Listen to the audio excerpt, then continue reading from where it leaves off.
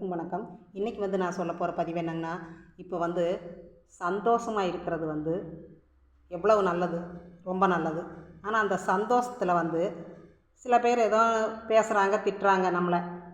அந்த மாதிரி இருந்ததுன்னா அந்த சந்தோஷம் நம்மளுக்கு போயிடும்.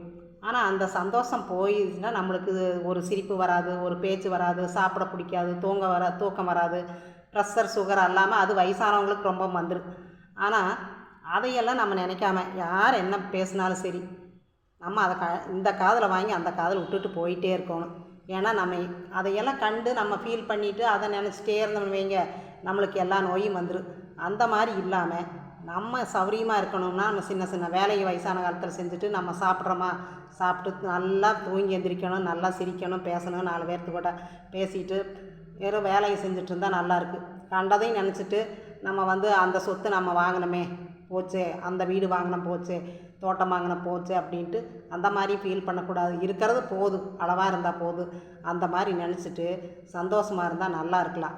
ஆனால் அதை விட்டுட்டு நம்ம என்ன பண்ணுறோம், அதையே மனசுக்குள்ளே போட்டு குழம்பிக்கிட்டு அவங்க அதை சொன்னாங்கன்னா தூக்கம் வராது, பேச்சும் வராது, 4 கூட பேசவும் முடியாது.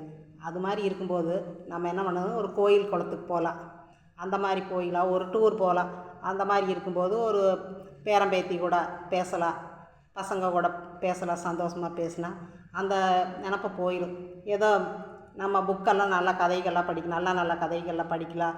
அந்த மாதிரி இருந்துச்சுன்னா நல்லா இருக்குது. அதை விட்டுட்டு நம்ம அதையே நினச்சி மனசுக்குள்ளே இருந்ததுன்னா நம்ம சீக்கிரம் போய் சேர்ந்துருவோம். அது வயசானவங்களாக இருந்ததுன்னா ரொம்பவுமே எல்லாமே போயிடும். அதனால் அதை நினைக்காம நம்ம சந்தோஷமாக இருக்கிறதுக்கு எந்நேரம் சிரிச்சிட்டே இருக்கிற மாதிரி நல்லா நம்ம லைஃப்பை கொண்டு போகணும். அப்போ தான் நல்லா இருக்க முடியும். அதை விட்டுட்டு நம்ம அதை பண்ணோம் இதை பண்ணோன்னா கண்டிப்பாக நல்லா இருக்க முடியாதுங்க. அதனால் முடிஞ்ச அளவு எல்லாருமே சிரிச்சிட்டு சந்தோஷமாக இருக்கிற மாதிரி மனநிலையை வச்சுக்கணும்.